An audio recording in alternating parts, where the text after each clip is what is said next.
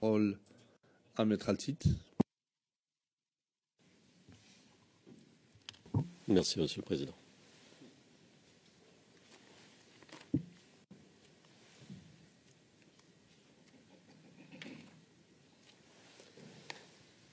Alors, Monsieur le témoin, on continue? Ouais. Alors, vous nous avez dit, au cours de votre témoignage, avoir appris de votre tante qu'il y avait eu un bombardement au marché d'Abobo. Est-ce que vous pouvez nous dire exactement quand elle vous a appelé? À quelle heure? En effet, ma tante m'a appelé aux environs de 11 heures.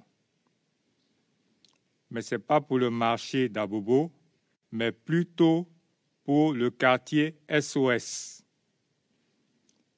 Le marché d'Abobo, je l'ai appris par l'un de mes petits qui a été assassiné du nom de Kone Klochari.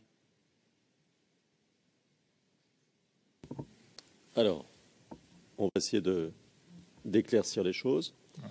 Donc, votre tante vous appelle vers 11h, 11h du matin, 11h du soir? 11h du matin. 11h du matin, d'accord. Et le marché d'Abobo, vous disiez, qui vous l'apprend et à quel moment il vous l'apprend et dans quelles circonstances? C'est Kone Klochari qui m'a informé du bombardement du marché d'Abobo. Et en ce moment-là, j'étais déjà à la MAMA, c'est-à-dire à la maison d'arrêt militaire d'Abidjan. Il vous a téléphoné? Oui, il m'a téléphoné.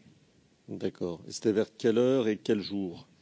Bon, je ne saurais vous dire ni l'heure ni le jour, parce que je ne me rappelle plus. Mais je me rappelle au moins que c'est lui qui m'avait informé de cela. D'accord. Alors, je vais vous lire un bref passage de votre attestation. Au paragraphe 128,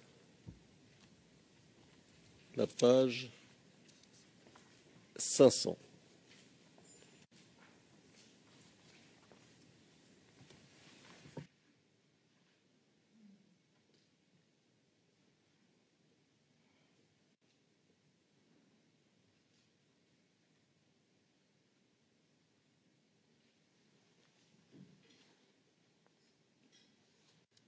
J'attends les interprètes, monsieur le témoin. Alors, je cite, et c'est vous qui parlez. Dans la nuit, ma tante, vous donnez son nom, mais je ne le donne pas. Ma tante m'a appelé pour me dire qu'ils ont entendu un bruit assourdissant d'explosion et qu'ils sont en train de les tuer. Fin de citation. Alors là, c'était la nuit qu'elle vous appelle. Non, en fait, là, c'était une erreur. Je crois bien qu'il s'est introduit soit par ceux qui ont tapé ou bien par moi-même qui l'ai dit. Mais le SOS d'Abobo a été bombardé dans la journée, c'est-à-dire dans la matinée aux environs de 11 heures. D'accord. Hier, au cours de votre témoignage, vous avez accusé Pega Eni et Brice Kamanan d'être responsables des tirs. Alors, c'est très simple. Les transcrits français,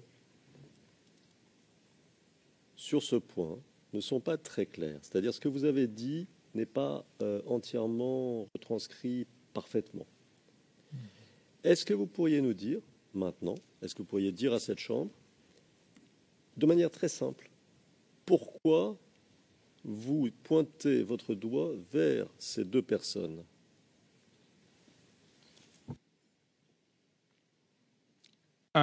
Je pointe le doigt vers ces deux personnes parce que ma mission première au camp commando était de bombarder le carrefour Mairie et Ndotré. Si vous prenez bien la carte, que vous voyez l'axe que donnent les obus, c'est plus ou moins dans cette zone. C'est-à-dire quitter du camp commando à la Ballasse que va emprunter les obus. Ce n'est pas trop loin de passer par là. Ça, c'est un. En deux, au cours des mains à main, quand on payait main à main, il y a Kamanan Brice qui m'a dit qu'il a exécuté sa mission et qu'il n'était pas le responsable. Mais plus tard, il a nié cela entièrement. Et au camp commando, je suis certain d'un truc. Si le commando peut être invisible, ou même les jeunes d'Abobo avaient des mortiers, avec l'attitude qu'avaient les FDS envers les gens de ce quartier, moi je crois bien qu'ils allaient s'en servir. Et le camp commando d'Abobo allait être désert, parce qu'il allait le quitter. C'est vrai que là-bas, on avait des VAB, on avait un char de la GR, mais lorsque vous avez un mortier, vous n'avez pas besoin d'être à côté. Si vous faites des tirs groupés, il est sûr de pouvoir atteindre l'objectif. Ça veut dire que même s'il ne maîtrisait pas trop l'engin, mais au fil du temps, un jour, on allait avoir un obus dans ce secteur-là et puis on allait déserter. Et on n'avait pas de moyens de protection contre les obus là-bas, au camp commando. Donc, je me dis comme ça, si c'était effectivement les jeunes d'Abobo qui avaient tiré, normalement, ils allaient plutôt tirer, pas vers leurs parents, mais plutôt vers le camp commando. Et quand on prend l'axe des obus, quelqu'un ne me dira pas le contraire. C'est plus ou moins dans la zone, parce que du camp commando, quand vous prenez l'axe, ça donne l'impression d'aller entre SOS, le marché. Le marché même n'est pas loin, sinon à proximité de la mairie. Donc on ne me dira pas le contraire. D'accord. Mais une erreur est toujours possible. Par exemple, les jeunes ou le commandant invisible disposant par hypothèse de mortier peuvent faire une erreur et viser un endroit et arriver ailleurs. Your Honors. Monsieur MacDonald, Monsieur le Président. Le Président, Monsieur le Procureur, Monsieur MacDonald, Monsieur le Président, à notre sens, cette question appelle à une conjecture. Le témoin apporte sa réponse et par conséquent, toute autre hypothèse ou toute autre question hypothétique ne seront que ça, des hypothèses. En réponse,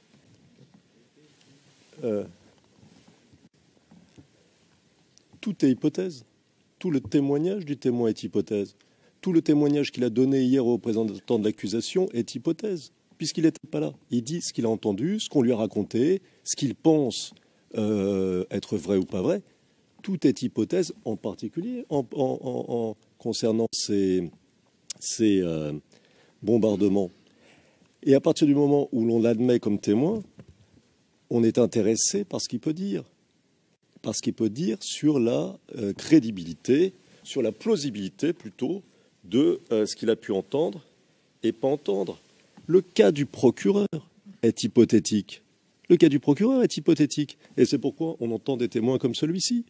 Personne ne peut affirmer qu'il y a eu un bombardement tel jour, telle heure, qui s'est passé. Voilà, c'est hypothétique. Donc nous sommes en train d'essayer d'examiner les différentes possibilités pour essayer de comprendre ce qui a pu se passer et de se rapprocher de la vérité. C'est ce que nous faisons.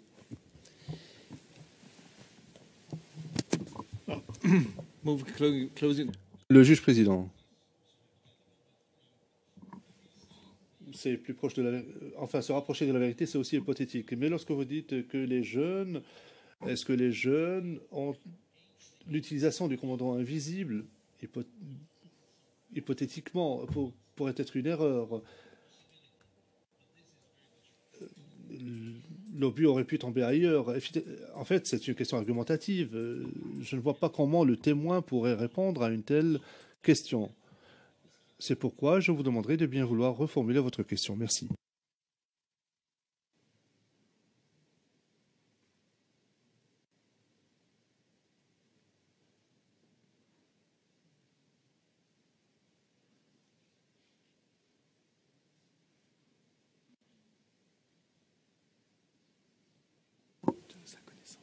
Bon, monsieur, alors je vais vous demander de me pardonner si je suis un peu pas très précis, mais le camp commando étant là, SOS Village, quand on regarde une carte, hein, SOS Village un peu là, et les... Le juge président, serait-il possible d'utiliser une carte, monsieur le président? Pourquoi mon contradicteur n'utilise-t-il pas une carte pour montrer où se trouve le camp commando au lieu de lui proposer le président interrompant? Mais nous savons où se trouve le camp commando, monsieur MacDonald. Oui, je sais. Et où sont situés les différents lieux, par exemple SOS Village, qui n'a pas été indiqué à la carte, le juge président. Nous sommes dans ce procès depuis 1 an et demi, donc... Cette torture d'un nouvel examen de la carte, je vais formuler ma question autrement en espérant que cela satisfera toutes les parties. Voilà. Alors, monsieur, est-ce que c'est correct de dire que le camp commando et SOS Village se trouvent à peu près à 500-600 mètres l'un de l'autre? À peu de choses près, c'est pour avoir une idée. Le président, la question aurait pu être à quelle distance l'un se situe par rapport à l'autre, par exemple. Bon, je ne saurais vous dire parce que je n'ai pas une carte. Sinon, à cette période, je n'avais même pas une carte pour calculer. C'est des données qu'on m'a données pour pouvoir étudier. Le président, pardon, ce n'est pas acceptable comme réponse. Quelle est la distance, plus ou moins, entre l'un et l'autre camp, sans recourir à une carte? 500 mètres, voilà. Environ, hein. C'est pas précis, donc je peux... Le président, bien. C'est ce que nous vous demandions, une approximation, et non pas une distance précise. 500 mètres ne constitue pas une énorme distance.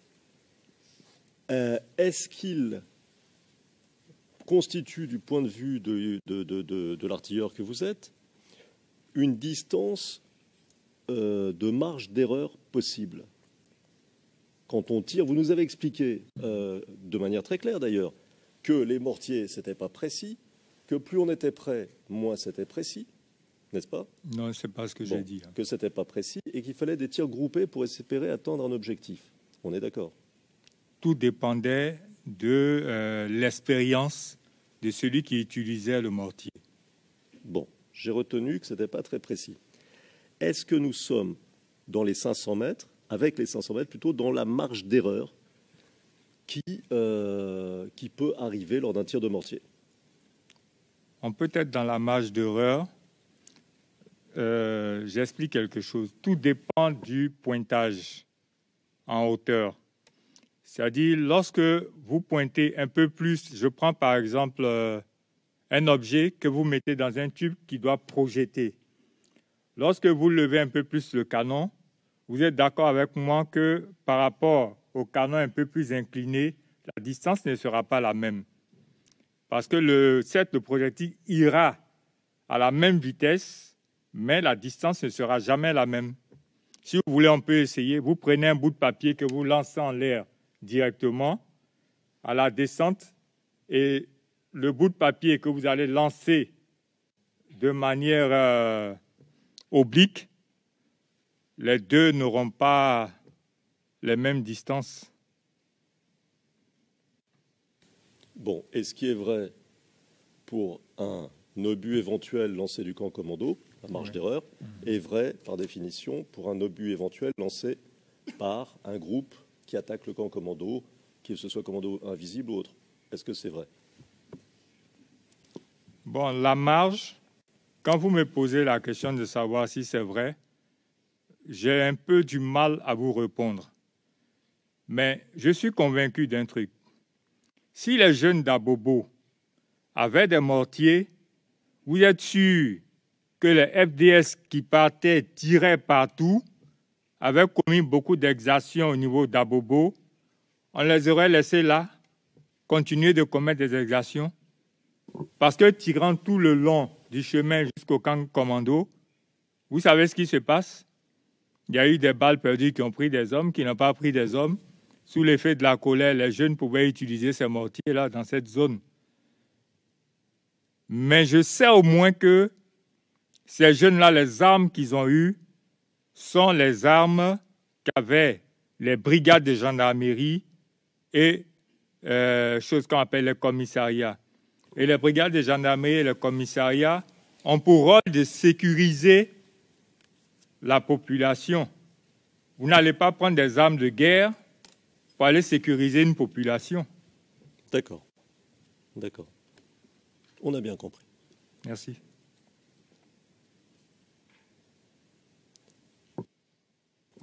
Alors, monsieur, on en revient à ce qu'on disait tout à l'heure. Vous avez accusé Pega Reni et Brice Camanan hier. Oui. Vous avez confirmé ça tout de suite. Oui. Êtes-vous au courant du fait que Camanan a été acquitté de ce dont vous l'accusez? Oui, je suis au courant.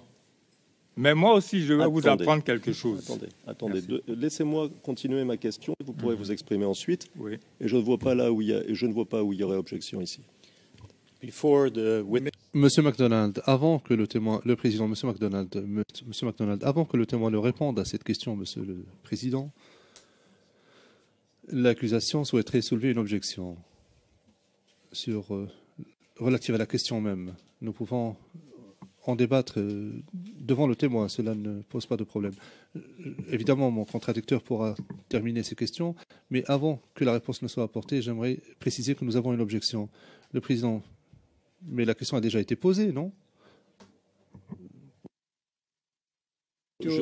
Vous faites référence à l'acquittement d'une personne. Et je demande au témoin si il est au courant. Bien. Le président, oui. Je ne vois pas où se trouve le problème. Sachant qu'il y aura une deuxième question liée à celle-là, et peut-être, si c'est un point particulier que je ne vois pas, pourra-t-on en discuter après? Enfin, j'en sais rien. Je ne vois pas le problème soulevé par l'accusation. Monsieur MacDonald, le problème, en fait, c'est très simple. La question n'est pas pertinente en l'espèce. Qu'il y ait acquittement ou condamnation, peu importe. Cela ne peut pas être utilisé pour tenter d'influencer la Chambre. Et c'est le but de cette question. Vous êtes censé entendre les éléments de preuve présentés en l'espèce. Nous n'avons aucune idée de ce qui a pu être dit ou présenté en tant qu'élément de preuve s'agissant des charges. Il s'agit d'une autre procédure devant d'autres juridictions dans un autre pays avec un système de droit différent. Par conséquent, la question ou la réponse à une telle question est sans objet et nous sommes prêts à admettre qu'effectivement il y a eu acquittement à la suite d'un procès là-bas, mais cela n'a aucune pertinence en l'espèce à notre sens, Monsieur le Président. Le Président, c'est à la Chambre qu'il appartient d'apprécier cela. Veuillez poursuivre votre interrogatoire. Non, écoutez, poursuivez. Seconde, c'est important que je puisse donner notre position là-dessus. On nous dit, on entend un témoin appelé par l'accusation qui dit quelque chose et qui dit blanc, et nous avons un jugement d'une juridiction nationale qui dit noir, qui dit c'est pas vrai. C'est un fait. C'est un fait qui doit être utile. Mais Monsieur le Président, si vous permettez, parce que oui. Le Président, Maître Altit, j'ai dit que je trouvais que la question était pertinente. Alors vous poursuivez. Alors, Monsieur le témoin, Ouais. vous voyez, c'est pas toujours facile. Hein. Ouais, c'est très intéressant d'ailleurs. C'est intéressant. Alors, donc, pardon, parce que j'ai un peu perdu le fil. Vous nous avez dit que vous étiez au courant de ce que Camanan avait été acquitté. Le Président, un instant, Maître Altit. Disons que je ne parle pas de pertinence, mais d'admissibilité. La question est admissible, elle est admise et non pas pertinente pour qu'il n'y ait pas de doute là-dessus. Alors, donc, je vous repose la question, comme ça les choses seront très claires pour l'enregistrement. Étiez-vous ou êtes-vous au courant que Camanan, dont vous nous avez parlé aujourd'hui et hier, a été acquitté de ce dont vous l'avez accusé? Oui. D'accord.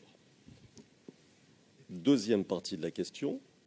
Êtes-vous au courant que Pega Reni, qui est l'autre personne que vous avez accusée hier et aujourd'hui, n'a même pas été poursuivi, puisque le juge d'instruction n'a pas...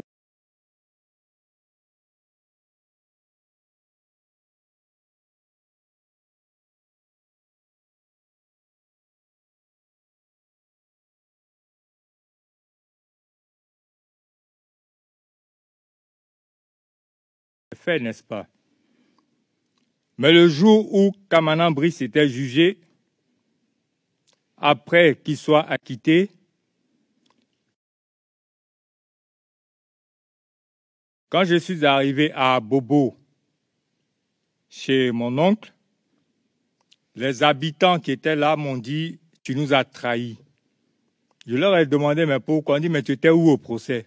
Et moi j'étais là, je n'ai pas bougé. Vous pouvez demander à ma hiérarchie, je n'ai pas bougé, je ne suis allé nulle part. Je n'ai reçu aucune convocation pour ce procès. Vous trouvez ça normal? C'est moi qui accuse. Et pourquoi je n'ai pas de convocation pour le procès? Et mieux, un jour, il y a le commandant Kofi Roger qui était venu prendre du carburant dans l'unité où je suis aujourd'hui. Il m'a dit comme ça que toi, tu nous as fait faux bon, on ne t'a pas vu au procès. Demandez à tous ceux, par exemple, je prends le cas. Lorsque je devais quitter Abidjan, Yamoussoukro pour Abidjan, les gens de la sécurité, quand ils m'ont appelé, je leur ai dit, référez-vous à ma hiérarchie. J'ai été formé militairement. Hein. Oui. C'est ma hiérarchie qui doit m'appeler pour me dire, aujourd'hui, on te donne une permission pour aller à tel point. Je ne me lève pas délibérément pour venir m'asseoir au procès, mais en tant que qui? Et d'ailleurs, je ne savais même pas qu'il y avait procès. Vous trouvez ça normal? Alors,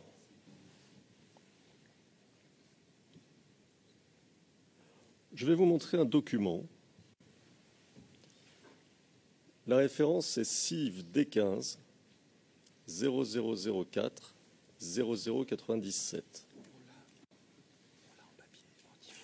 Et on l'a en version papier. On va vous le donner en version papier, monsieur. Et on va le donner d'ailleurs à l'ensemble des partis et à la Chambre en version papier.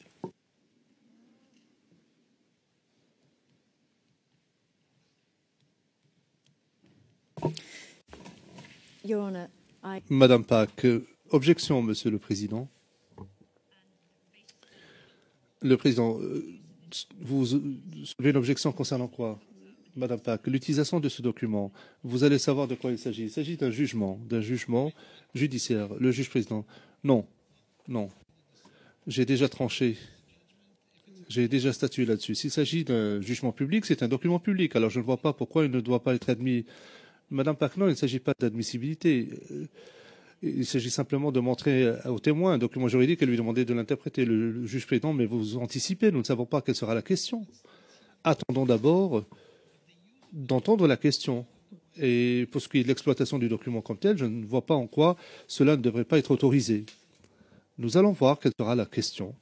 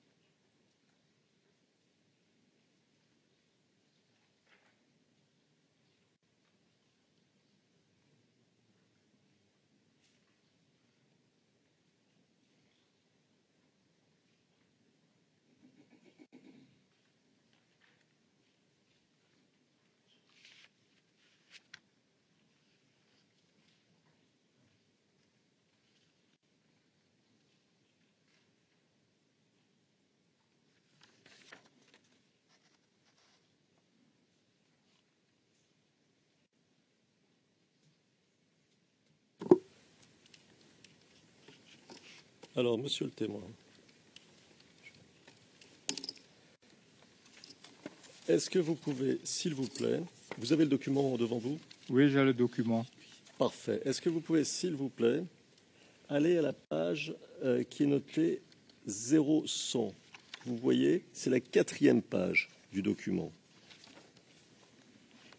Oui, j'ai la 4e page du document. 4e page du document, en haut de la page, pour qu'on soit sur la même ligne, il y a marqué instruction donnée. Oui. Vous êtes d'accord? Oui. Alors, je vais lire très rapidement. Sur cette page-là, il y a marqué le tribunal, après qu'il ait été mentionné que le tribunal a délibéré, il est marqué le tribunal, vu les pièces de la procédure suivies contre 1. Le commandant Gnawa Dablé et le MDL Kamanan Brice Éric Tano. Ensuite, le rappel des charges. Ensuite, le rappel des articles du Code pénal. Puis, il est noté, vous êtes avec moi? Oui, je vous suis. Vu que la carence, à mon avis, il faut enlever le que, vu la carence des témoins militaires, et vous voyez que parmi ces témoins militaires, il y a votre nom. On est d'accord? Oui. Bon.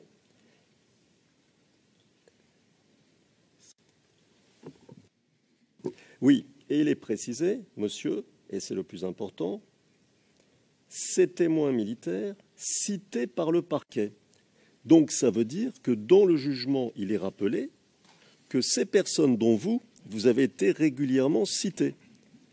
Donc quand vous nous dites que vous ne saviez pas, le jugement, lui, il dit que vous saviez puisque vous avez été cité. Est-ce que vous pouvez nous expliquer? Je peux très bien l'expliquer. Ma raison ici à la Haye, c'est parce que j'ai été convoqué et j'ai répondu. Pourquoi dans mon pays, je n'aurais pas répondu au jugement? Je vais vous dire, lorsque j'ai entendu parler de ce procès, c'est à la télévision. J'étais assis chez moi. Après que le verdict a été donné, le soir, aux environs de 20 heures, à la télévision, il y a eu un petit coup de flash. Et quelques jours plus tard, quand je suis arrivé dans le quartier où habite mon oncle, les jeunes qui étaient là-bas, ceux qui avaient vécu ces trucs-là m'ont dit que j'étais un traître. Je les ai trahis parce que je n'étais pas là-bas. Mais je veux dire aussi qu'en ce moment-là, personne ne m'a approché, personne ne m'a donné une convocation ni un ordre d'émission pour me rendre à Abidjan. Si j'ai été cité, je ne sais pas qui m'a cité. Est-ce que vous voyez ma signature dans tout ce qui est cité? C'est seulement mon nom. Est-ce que mon nom veut dire que c'est moi qui ai participé à cela? Je ne pense pas. Qui a parlé à mon nom? Ce n'est pas moi.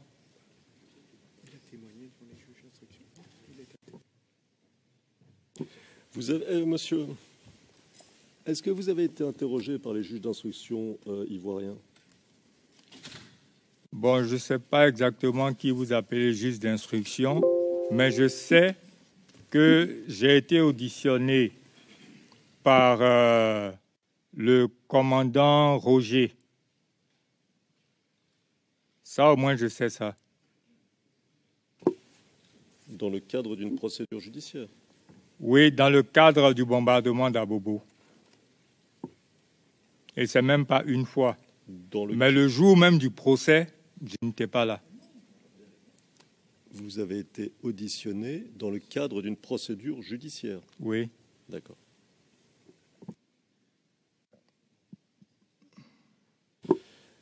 Alors, vous nous avez dit, oui, hier, au cours de votre témoignage, que vous aviez été arrêté une première fois le 18 mars 2011, et vous nous avez dit avoir été accusé d'avoir donné votre téléphone portable à Kwasi Patrice, qui se trouvait à l'hôtel du Golfe. Oui. Alors, vous nous avez dit aussi, aujourd'hui, que Kwasi Patrice était un responsable militaire qui se trouvait à l'hôtel du Golfe, pro-Ouattara, qui se trouvait à l'hôtel du Golfe, c'est ça? Oui. D'accord. Alors, je vais vous montrer une photo dont le numéro est le suivant. CIV D15 0004 24 54. Alors, je m'adresse à la greffière. Est-ce que vous pouvez montrer le haut sans la légende?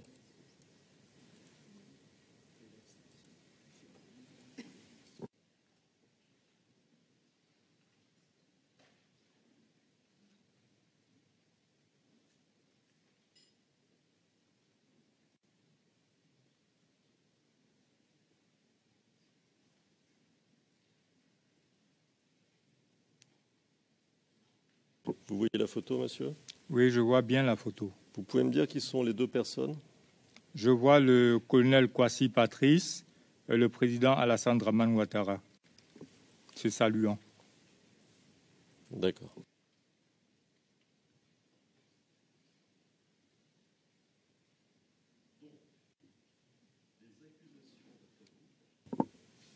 Donc, les accusations, d'après vous,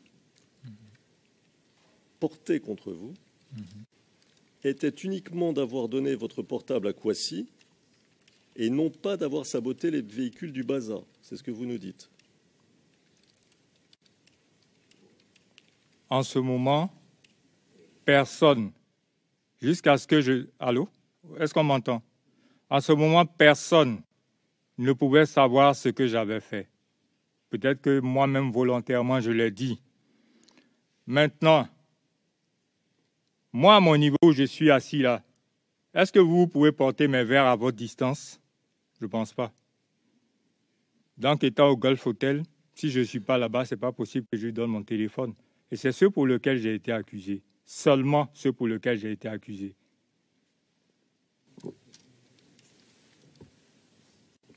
Vous venez de dire que vous pouviez avoir parlé du sabotage que vous aviez réalisé à quelques personnes. À qui en avez-vous parlé? Bon, seulement à la cour, ceux qui m'interrogeaient. Quelle cour? À Abidjan, et les gens de la CPI qui étaient venus me demander pendant leur audition, je leur ai parlé de ça.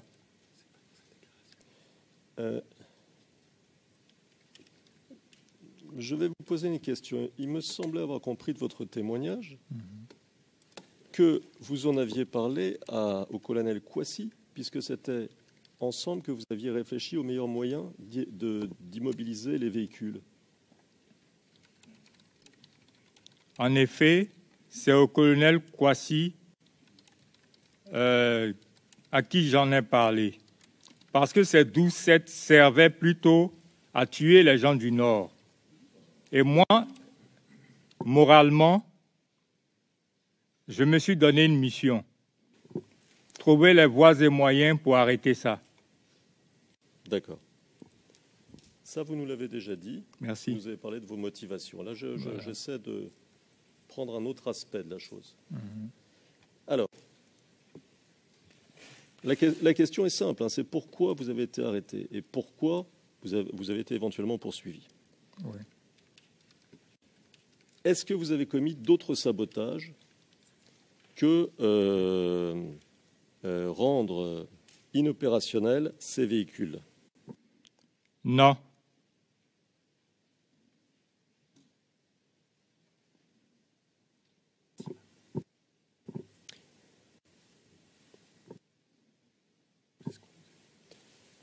Vous n'avez pas saboté les mitrailleuses, les 12-7, le 6 mars, par exemple.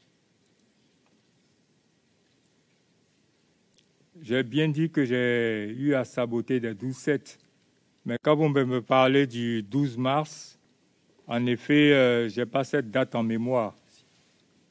Mais je reconnais avoir saboté des armes qui partaient tuer les gens de ma région, sinon du Nord. D'accord. Donc, que ce soit clair, on essaie de bien comprendre. Vous avez saboté les véhicules, oui, et vous avez saboté les armes. C'est ça? Je n'ai jamais saboté les armes. Parce que saboter les armes allait me prendre beaucoup de temps.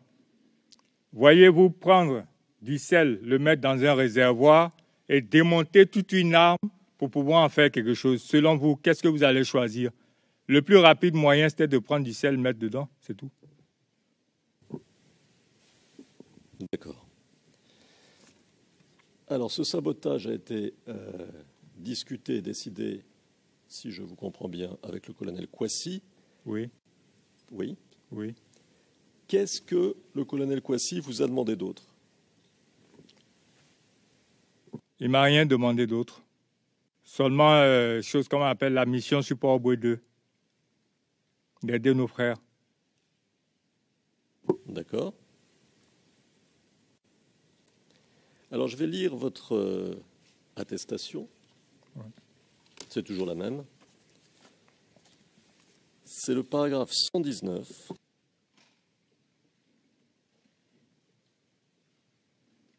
Page 498. Et je cite.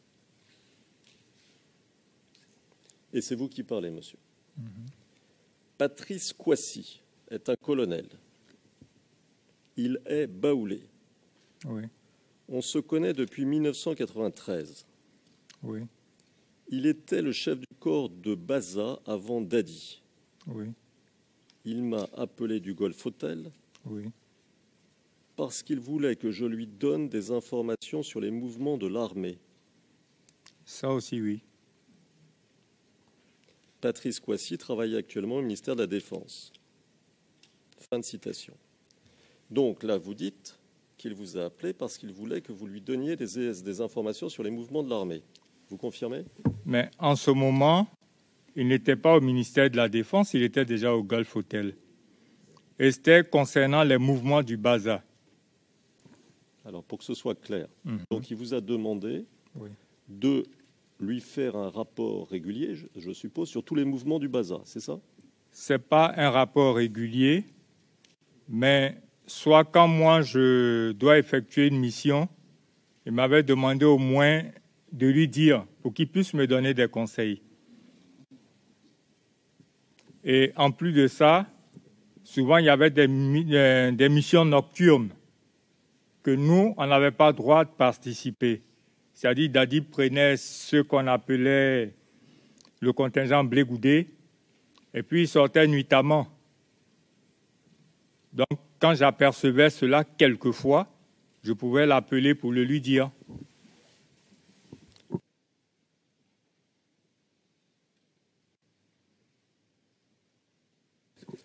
Avez-vous, monsieur, reçu de l'argent de Patrice Kouassi pendant la crise post-électorale?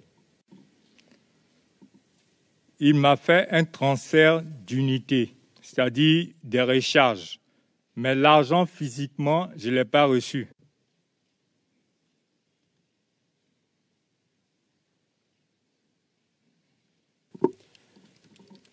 Avez-vous reçu de l'argent de quelqu'un d'autre pour mener des activités contre les FDS pendant la crise? Jusqu'à là, à ma connaissance, je n'ai jamais reçu de l'argent de quelqu'un. Patrice Kouassi vous a-t-il remis des moyens de communication? Il ne m'a jamais remis de moyens de communication puisque j'avais moi-même mon portable.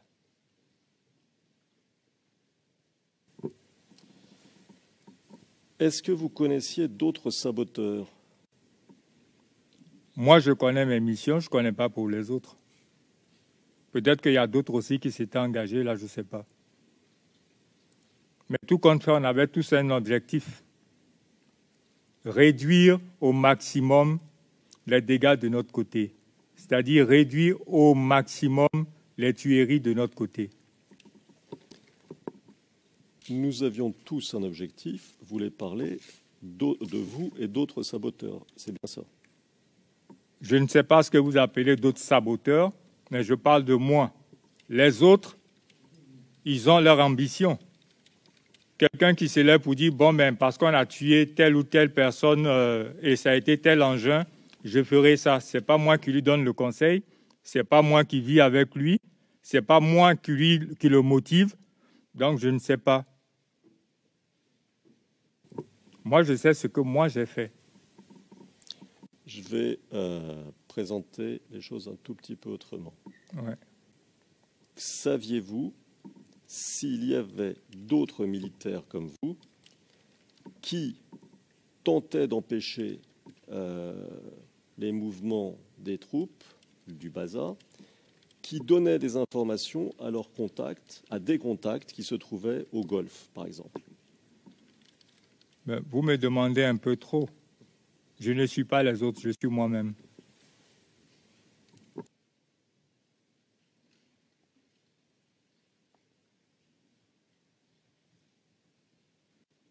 Donc, au Baza, vous ne savez pas, c'est votre position, vous ne savez pas, vous ne saviez pas et vous ne savez toujours pas si au Baza, il y avait d'autres militaires qui menaient des actions plus ou moins semblables aux vôtres. Tout compte fait, chacun menait ses missions comme il pouvait. Mais je ne peux pas comprendre, sinon penser à la place des autres. Et dans ce cadre, je n'ai pas échangé avec autre personne. Peut-être la personne avec qui j'échangeais beaucoup, c'était Clotiari. Lui qui n'est plus aujourd'hui. Mais lui également ne m'a jamais dit qu'il a fait des sabotages. Alors,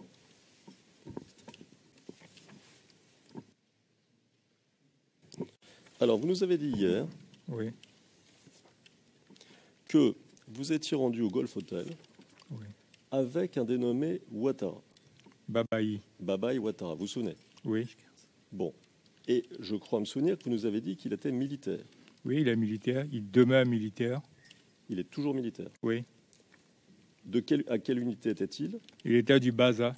Sinon, oui, il était du Baza parce qu'il n'est plus du Baza. D'accord. Ce monsieur, par exemple, est-ce que lui aussi menait des activités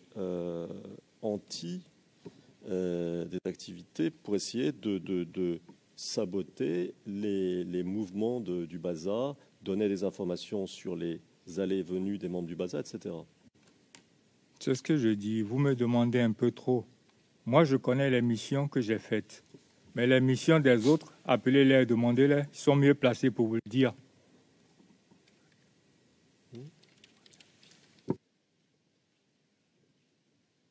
Seulement, je peux.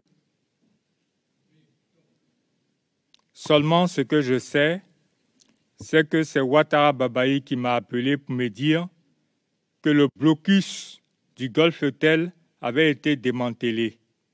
Ça, au moins, il me l'a fait. Mais à part ça, je ne sais pas d'autre. D'accord. Alors, donc, vous n'avez pas été arrêté pour avoir saboté les véhicules, puisque personne, vous nous avez dit, c'est votre Personne position. ne le savait, voilà. C'est ça, personne ne savait, vous venez de le répéter. Vous n'avez pas été arrêté pour intelligence avec l'ennemi, parce que personne ne savait que vous étiez en contact avec Tout Kouassi, à fait, c'est oui. ça? Oui. Please don't overlap.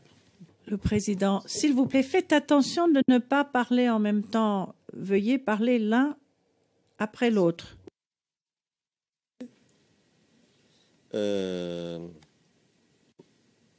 Pour une autre raison. Est-ce que vous avez été arrêté pour une autre raison? Est-ce qu'on vous a donné une autre raison que les deux qu'on vient d'examiner là? C'est la raison que je vous ai donnée.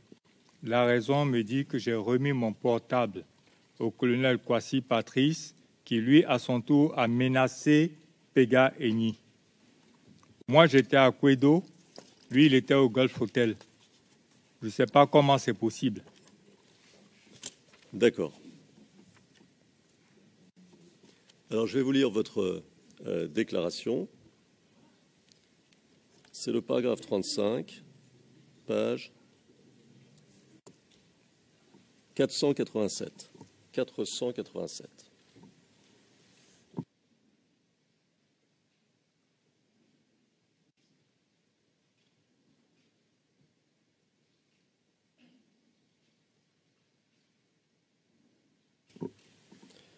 Alors, vous y dites « On m'a envoyé au tribunal militaire. Ce même jour, j'ai été conduit à la Mama, où j'ai fait plus d'une semaine. C'est le juge militaire le capitaine Roger, qui m'a interrogé. Je ne me rappelle pas de son nom complet. Le capitaine Roger m'a dit qu'il ne voit rien dans mon dossier et qu'il ne comprend pas pourquoi je suis arrêté. Je n'ai jamais été jugé pour les faits qu'on me reproche. On me disait aussi que j'avais un contact avec Diomandé Lossény, commandant de l'Ouest au niveau des forces nouvelles, et le commandant Ouattara Siaka, alias Ouattao, au moment où je me suis arrêté. Fin de citation. Vous vous souvenez avoir dit ça? Oui, je me souviens d'avoir dit ça. Alors, première question, êtes-vous parent avec Diomandé Lossény? Nous ne sommes pas parents. Êtes-vous parent avec Ouattao? Nous ne sommes pas parents, mais nous venons de la même région. Ouattao? Oui. Qui est Ouattao? Ouattao, c'est Isiaka Ouattara. Et il fait quoi dans la vie? Qui est-ce? Il est militaire. Est-ce que c'était ce qu'on appelait un com-zone? Oui, à l'époque, il était comme zone, oui. Mais je n'avais pas son contact, donc je ne pouvais pas échanger avec lui. Lui non plus n'avait pas mon contact. Est-ce qu'il a commandé des troupes à la fin de la crise? Est-ce qu'il a commandé des troupes, vous les appelez rebelles, forces nouvelles, comme vous voulez, des troupes qui sont entrées à Abidjan? Bon, je ne suis pas à ses services. Ça veut dire que je n'ai pas travaillé avec lui. Donc vous dire ce qu'il faisait exactement serait des contes-vérités. Moi, quand je suis arrivé au Golfe, je me suis assigné une mission et après échange avec le colonel Patrice, c'était d'assurer la sécurité d'où j'étais. Je ne peux pas être militaire, me retrouver aux enceintes d'un coin et puis ne pas me sentir de tout ce qui se passe là-bas. Et d'ailleurs, à cette période-là, je crois quand j'étais au Golf Hotel, on a été attaqué depuis Trècheville, des tirs nourris. Dieu merci encore que j'étais artilleur. Certes, il y avait l'ONUCI qui était là-bas pour la sécurité, mais chacun cherchait un moyen pour pouvoir défendre la zone. Parce que si la zone tombait entre les mains de ceux qui étaient de l'autre côté, imaginez le reste. D'accord. L'ONUCI était là-bas pour la sécurité. Là-bas où ça? À l'hôtel du Golfe? À l'hôtel du Golfe, oui. Vous voulez dire qu'il y avait des troupes de l'ONUCI? Oui, j'ai vu des troupes de l'ONUCI là-bas. D'accord. Est-ce que vous connaissiez l'origine? Yes, again, we're... Le président. Oui, mais vous savez, faites attention, nous avons des interprètes qui essayent de faire leur travail ainsi que les sténotypistes, donc ralentissez un petit peu, s'il vous plaît. On va reprendre doucement. Donc, vous nous avez dit qu'il y avait des troupes de l'ONUCI à l'hôtel du Golfe. C'est ça? Oui. Est-ce que vous connaissiez l'origine des contingents de l'ONUCI qui étaient à l'hôtel du Golfe? D'où est-ce qu'ils venaient? Il n'y avait pas d'échange entre nous. Je ne les approchais pas assez. Donc, je ne peux pas vous donner leurs origines. D'accord. Est-ce qu'il y avait des militaires français à l'hôtel du Golfe? J'ai jamais vu de militaires français à l'hôtel du Golfe. Est-ce qu'il y avait le président Ouattara à l'hôtel du Golfe?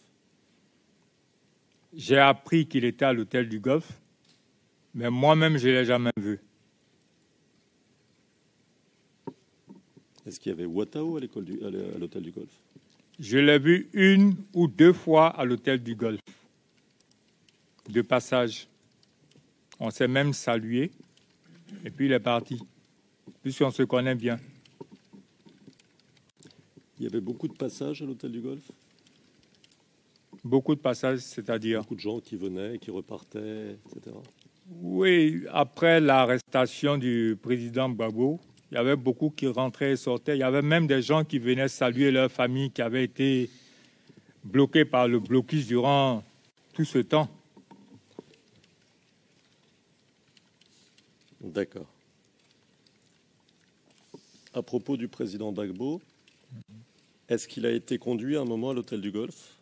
Oui, mais je n'étais pas là quand il avait été conduit. J'ai appris qu'il est arrivé à l'hôtel du Golfe. Est-ce que d'autres personnes proches du président Gbagbo ont été conduites à l'hôtel du Golfe? Bon, après lui, je ne sais pas si d'autres personnes ont été conduites, mais je sais que le général Djebu Point, à ma présence, était venu pour prêter allégeance là-bas. Et il est descendu à notre niveau, et puis il est parti pour prêter allégeance. C'est-à-dire se mettre au service du président. D'accord. Revenons à votre détention. Est-ce que vous avez conservé votre téléphone pendant toute votre détention? Quand j'étais à la brigade de recherche, on m'a enlevé mes téléphones. Lorsque j'ai été conduit au tribunal militaire, je n'avais pas mes téléphones. Lorsque je suis arrivé à la Mama, quelque temps plus tard, il y a quelqu'un comme ça qui m'a soufflé que si tu donnais quelque chose, tu avais la possibilité d'avoir ton téléphone. Et qui ne veut pas avoir les nouvelles, par exemple, de sa famille, tout le monde. Donc, si il fallait trouver, puis en ce moment, ma famille me rendait visite, parce que j'ai reçu la visite de mon beau-frère, c'est-à-dire le petit frère à ma femme, et qui m'avait laissé un peu d'argent. Donc, tous les moyens étaient bons pour avoir les informations de ma famille. Et là, s'il fallait sacrifier cela pour de l'argent, je l'aurais fait. Et je remercie même celui qui m'a donné, parce qu'il m'a beaucoup aidé. D'accord. Est-ce que vous avez appelé Baba Iwatara de la cellule de recherche? De la cellule de recherche, j'étais en prison, on m'a arraché mes téléphones. Comment est-ce que je pouvais appeler Baba Iwatara? D'accord. Alors ensuite, vous avez été envoyé à la Mama. Vous y avez été envoyé quand? À quelle date? Bon, je sais que j'ai fait au moins une semaine, 3 jours, c'est-à-dire 10 jours. Donc, à partir de la date de ma détention, de l'arrestation qui était le 18, donc je partais entre 26, 27, 28 maximum. Et après ça, j'ai été envoyé à la Mama. D'accord. Est-ce que vous avez eu des contacts avec l'extérieur pendant votre séjour à la Mama? J'ai eu des contacts avec ma famille.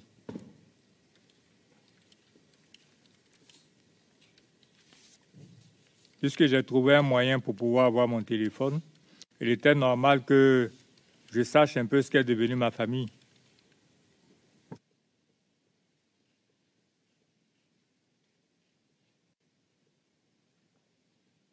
Alors, je vais vous lire votre attestation. Paragraphe 141.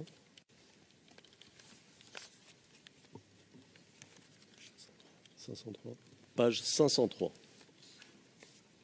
Et c'est vous qui parlez. Et je cite.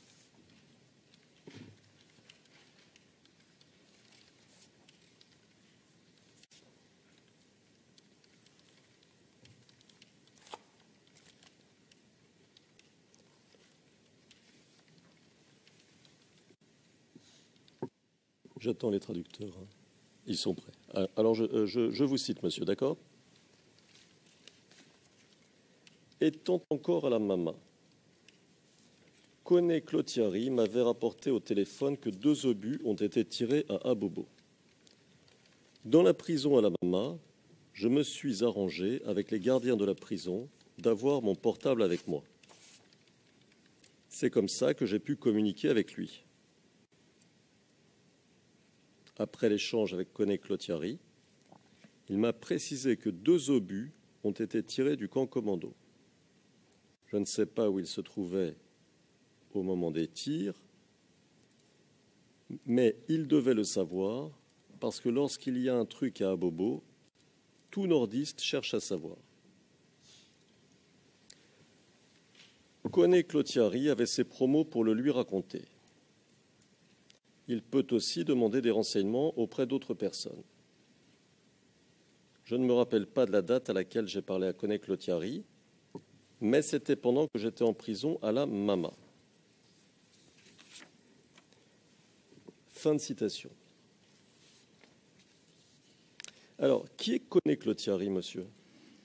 Au fait, Koné Clotiari était militaire, mais un monsieur qui m'appréciait beaucoup et avec qui il était plus ou moins mon confident là-bas. Lui, il était, je crois, caporal et moi, j'étais déjà sergent. Et au plus fort de la crise, c'est un monsieur, quand il devait faire quelque chose, il me demandait toujours conseil. Ça, c'est pas mauvais, c'est tout à fait normal parce que je suis son aîné. Et concernant l'appel à chose, comment on appelle ça, quand j'étais à la Mama, effectivement, c'est lui, je l'ai même dit dans cette salle, si je ne me trompe pas, c'est lui qui m'a informé des obus qui sont tombés au niveau de choses du marché. Puisque c'est pas ma, je me rappelle, vous m'avez posé déjà la question tout de suite. Je vous ai dit que c'est pas ma tante qui m'a rapporté les obus qui sont tombés au marché, mais plutôt à SOS. Et c'est Koné Clotiari qui m'a rapporté les obus qui sont tombés au marché.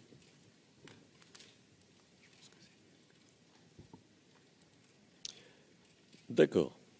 Alors, vous êtes à la Mama le 26 mars et Koné Clotiari vous informe du bombardement sur le marché, c'est ça?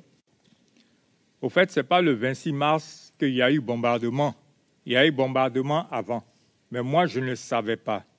Et quand on échangeait au cours de nos échanges, quand on parlait du quartier SOS, il m'a laissé entendre que ce même moment, il y avait eu aussi des obus qui étaient tombés au niveau du marché d'Abobo.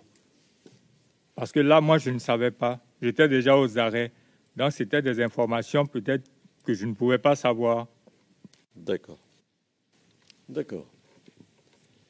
Alors, j'ai quelques questions sur le maniement des mortiers et des mortiers de 120 mm.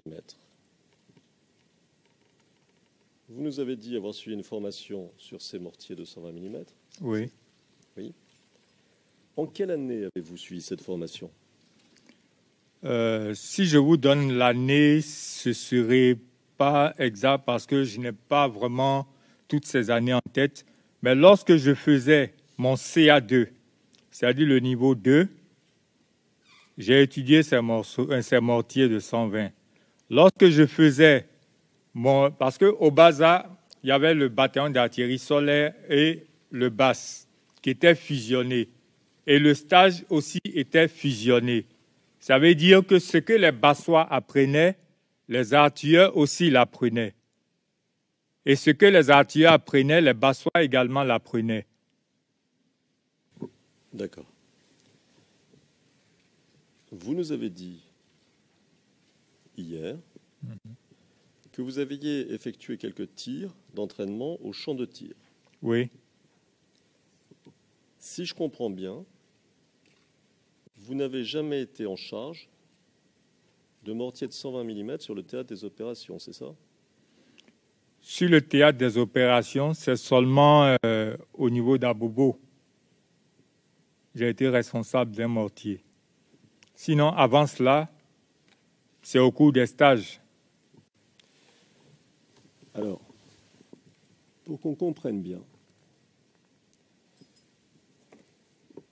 de votre témoignage, j'ai cru comprendre que vous n'étiez pas responsable du mortier quand vous êtes allé à Abobo. Vous étiez responsable du détachement, mais que chaque pièce de mortier avait son chef de pièce. Donc c'était lui le responsable du mortier lui-même. Est-ce que c'est ça? Bon, quand on est chef de détachement, on a la responsabilité de tout ce qui est armes là-bas. Donc, je ne peux pas dire entièrement que je n'étais pas responsable du mortier, étant chef de détachement. Tout problème qu'il allait avoir au niveau du mortier m'incomblait directement. J'avais la charge du mortier.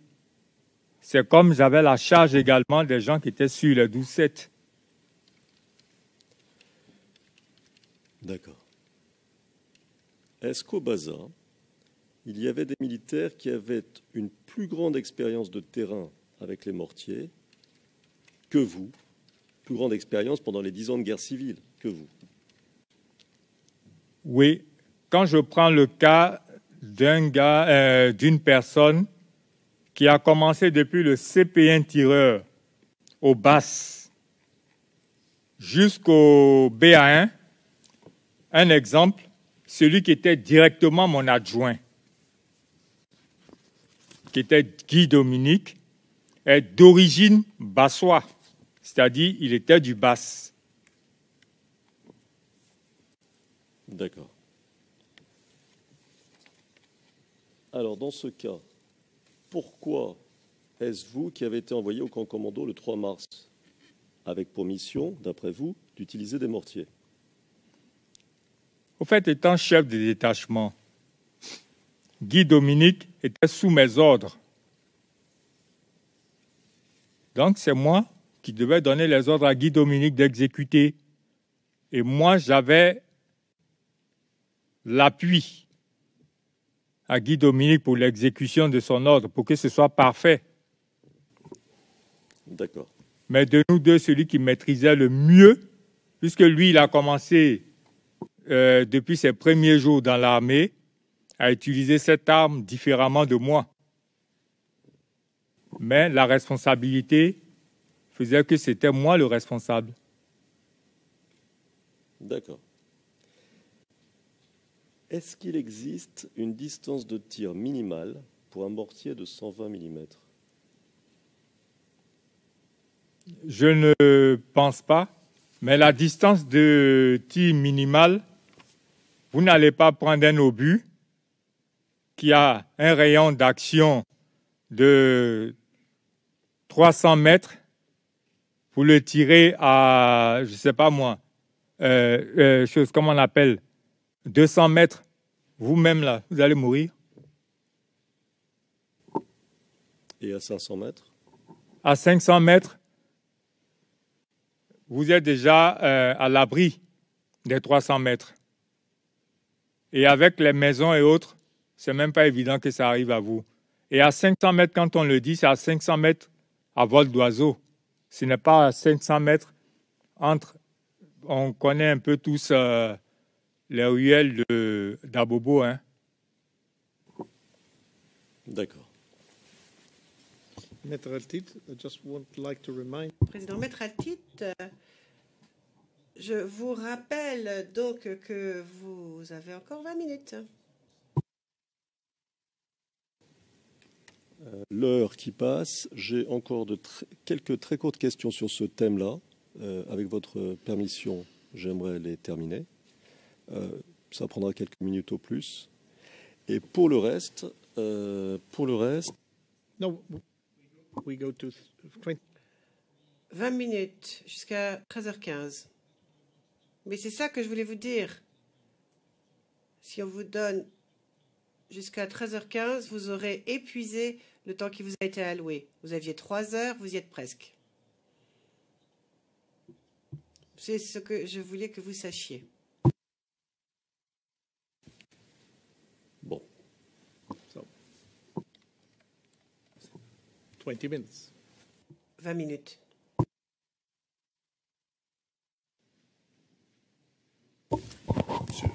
Monsieur le Président. Maître. Oui, maître. CNOPS, nous nous sommes concertés et je pense que nous pouvons donc, sur notre temps, laisser un peu plus de temps à la défense de M. Gbagbo parce que nous n'aurons pas beaucoup de temps pour ce témoin. Juste 1 heure maximum. Donc ils peuvent utiliser une partie du temps. Then you have 20. Dans ce cas-là, vous avez 20 minutes plus une demi-heure. sera terminé aujourd'hui.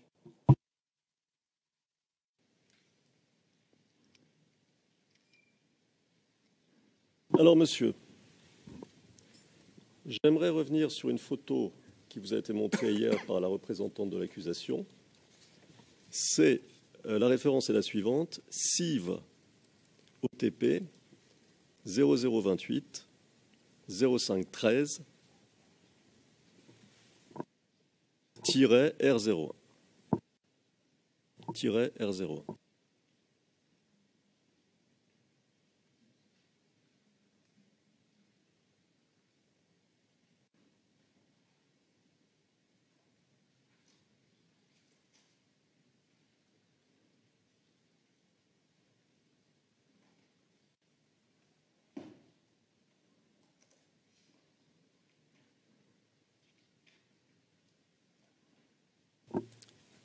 Monsieur, est-ce que vous voyez la photo?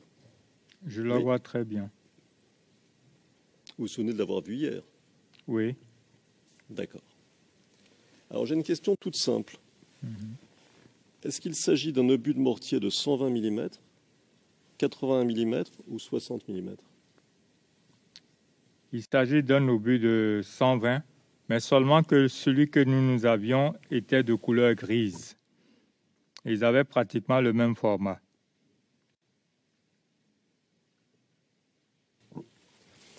Alors, sur la photo, et vous nous avez dit que la photo provenait d'Internet, c'est bien ça? Oui.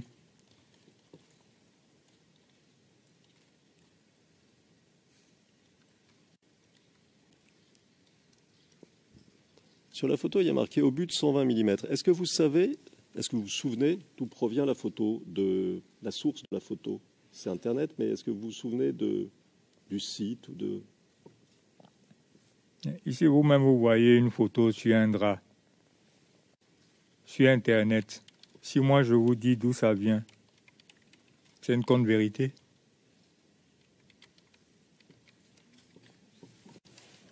But I think yesterday. Mais je pense qu'hier, le témoin a dit que les enquêteurs du bureau du procureur lui avaient montré.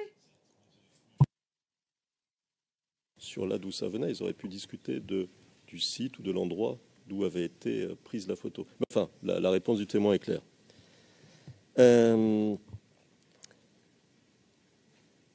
Quand cette photo a été trouvée par les personnes qui vous auditionnaient, vous étiez là, vous avez participé à la recherche? Je ne touchais pas à l'outil informatique, mais je leur demandais de me faire défiler des types d'obus. Et quand ils ont commencé à faire défiler les types d'obus, j'ai indexé celui-là comme étant semblable à celui que nous utilisons, mais simplement que la couleur était grise, celui que nous avions. D'accord. Nous n'y connaissons pas grand-chose. Alors, je vais vous poser une question de néophyte. Quand on met l'obus dans le tube, c'est tout ce qu'on voit là qui part? Quand on met l'obus dans le tube, c'est tout ce que vous voyez là qui part. Parce que là, c'est le corps de l'obus. Vous voyez ma main gauche. Du côté gauche de ma main, là se fixait la fusée. En bas, on mettait la cartouche. Et le côté mince où il y a les trous évents, c'est-à-dire les petits trous que vous voyez là, c'est là on mettait les charges.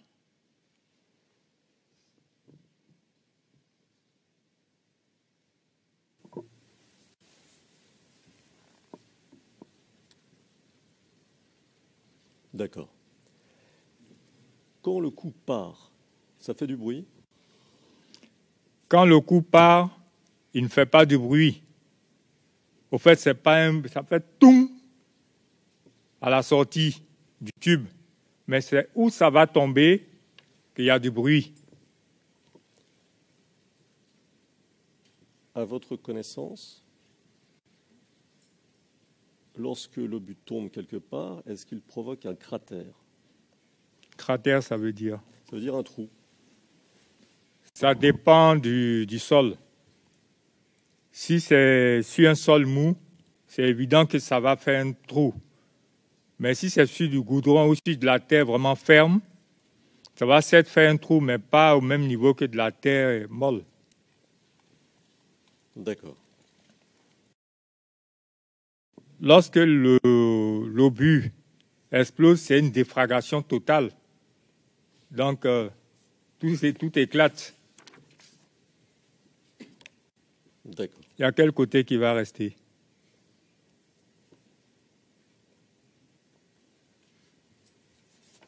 D'accord.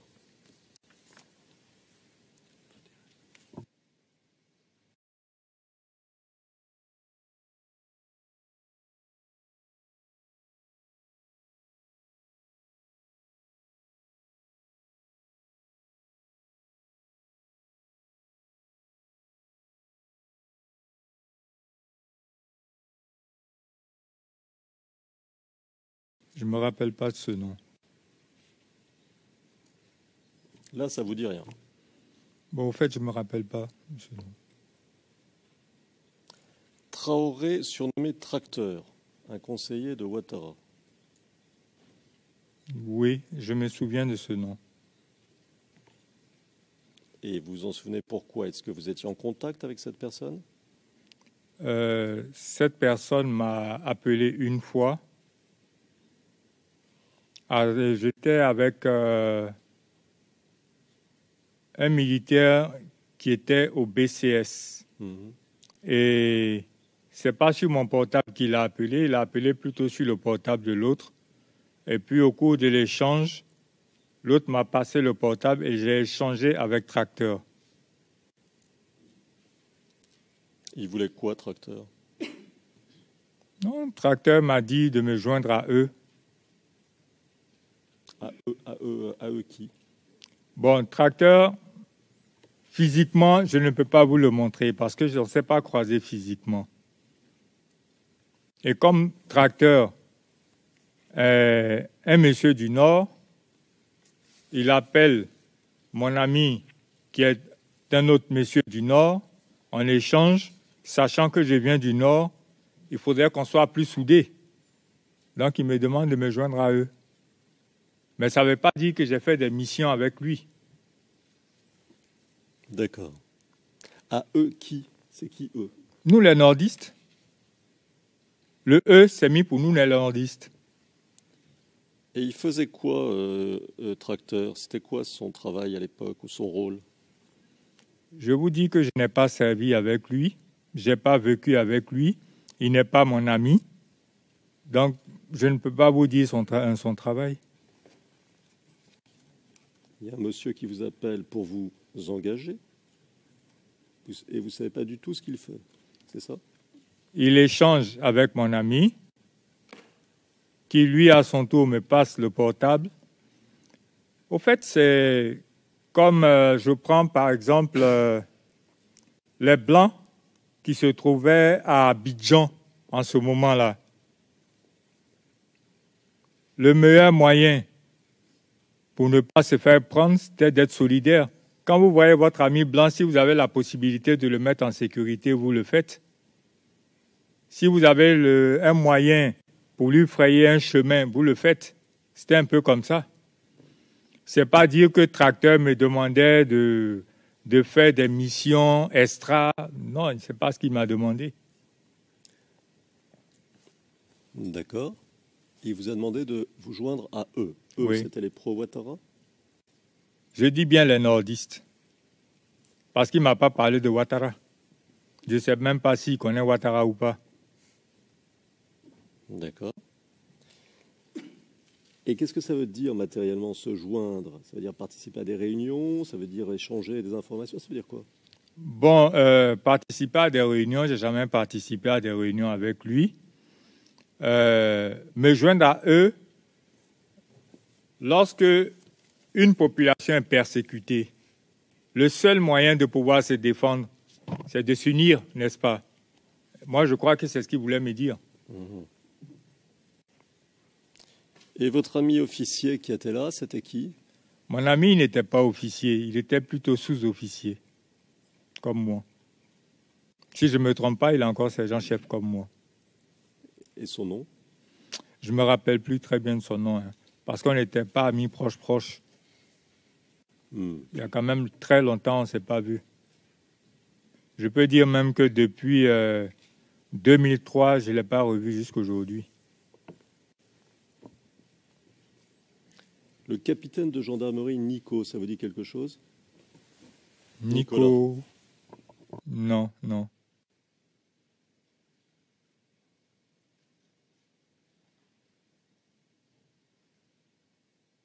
Ça vous dit rien? Je vois pas. Diomandé Zoumana, ça vous dit quelque chose? Oui, ça c'est mon ami. Il faisait quoi à l'époque? Il était au Baza comme moi. D'accord. À votre connaissance, il se livrait à des actions anti-FDS et il essayait de donner des informations, il sabotait, il faisait quelque chose de particulier? Bon, je vous ai dit ici que moi je connais ma mission, mais je ne connais pas la mission des autres. Donc si jamais je vous dis qu'il se donnait à des actions, j'aurais menti. Je peux même dire que c'est de par Diomandé Zoumana que j'ai connu celui qui m'a mis en contact avec Tracteur. D'accord. Donc, vous nous dites que Tracteur était en contact avec d'autres militaires du Baza que vous, n'est-ce pas? Oui. D'accord. Non, pas d'autres militaires du Baza que moi, mais c'est Diomandé Zoumana qui m'a mis en contact avec celui qui a permis à ce que j'échange avec Tracteur. D'accord. C'est-à-dire d'un ami, on passe à un ami, un autre ami, ainsi de suite. Alors, je vais vous poser ma question autrement. Est-ce que Tracteur, à votre connaissance, était en contact avec d'autres militaires du Baza? Je ne peux pas vous le signifier.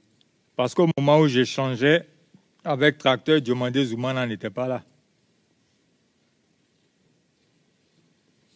Karamoko Vakenan. Oui, je le connais très bien. Karamoko Vakenan. Je le connais très bien. Il faisait quoi à l'époque? Il était aussi du Baza. À votre connaissance, en contact avec Tracteur? Je ne peux vous le dire.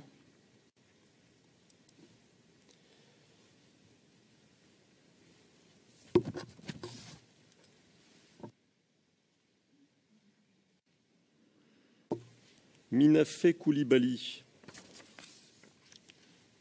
Lui également, je le connais très bien. Il faisait quoi à l'époque? Il était aussi du Baza. En contact avec Tracteur? C'est ce que je vous dis, je ne pourrais le dire.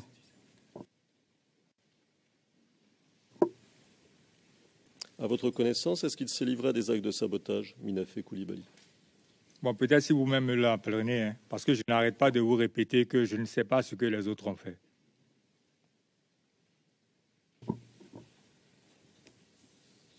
D'accord. Sekongo Maliki. Je le connais très bien. Il faisait quoi? Au fait, c'est la liste des gens même que moi-même j'ai envoyé au Golfe, à qui j'ai dit, comme vous n'êtes pas en sécurité, venez au Golfe. C'est ceux-là que vous êtes en train de citer. Il faisait quoi? C'était un artilleur. On travaillait ensemble. Et c'est aussi mon ami.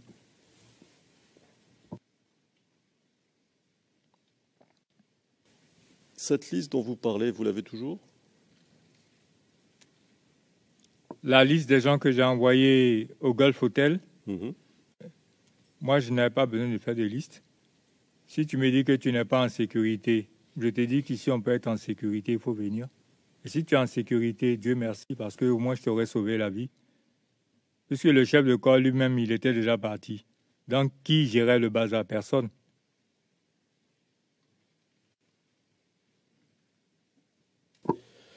Kono Gilbert. Oui, je le connais. Lui également m'a demandé à ce que je l'aide à rentrer aux choses de Golf Hotel. C'est ce que je vous dis, c'était la liste des gens que vous êtes en train de lire. Baza? Oui, tous du Baza. Sekongo Zié. Lui aussi du Baza. On était tous au Golfe. Brigadier Kra.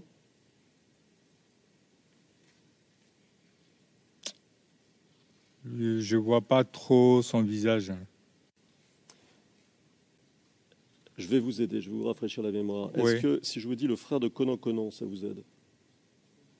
Oui, si c'est le frère de Conan Conan, ça peut m'aider. Parce que Conan Conan, il était mon bon petit, comme on le dit chez nous. Brigadier Kra, donc, Baza.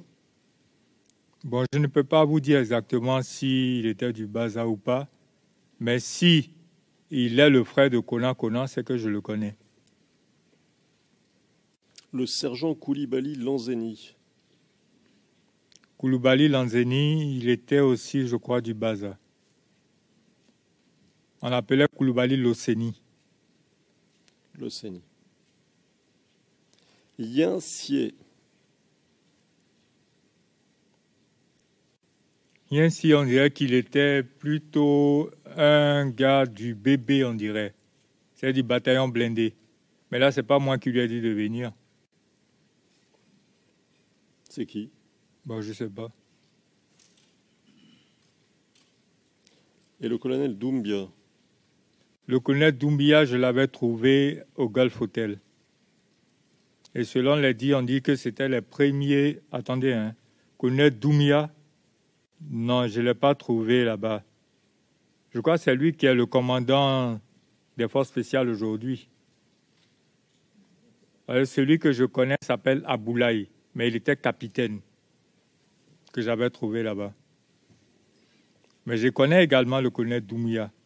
Si c'est lui qui est le responsable des forces spéciales aujourd'hui.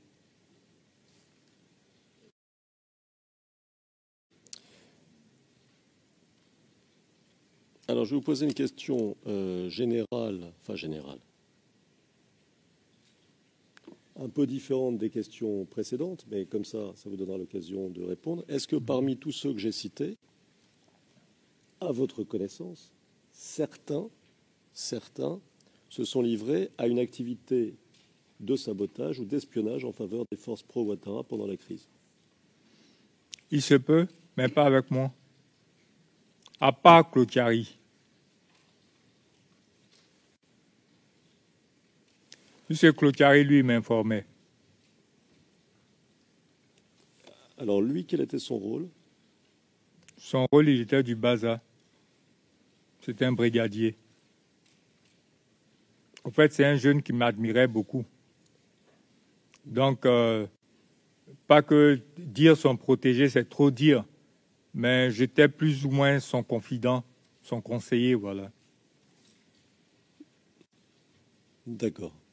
Donc, on comprenne bien, est-ce que vous voulez dire que lui vous informait et que vous répercutiez ces informations au colonel Kouassi au Golfe?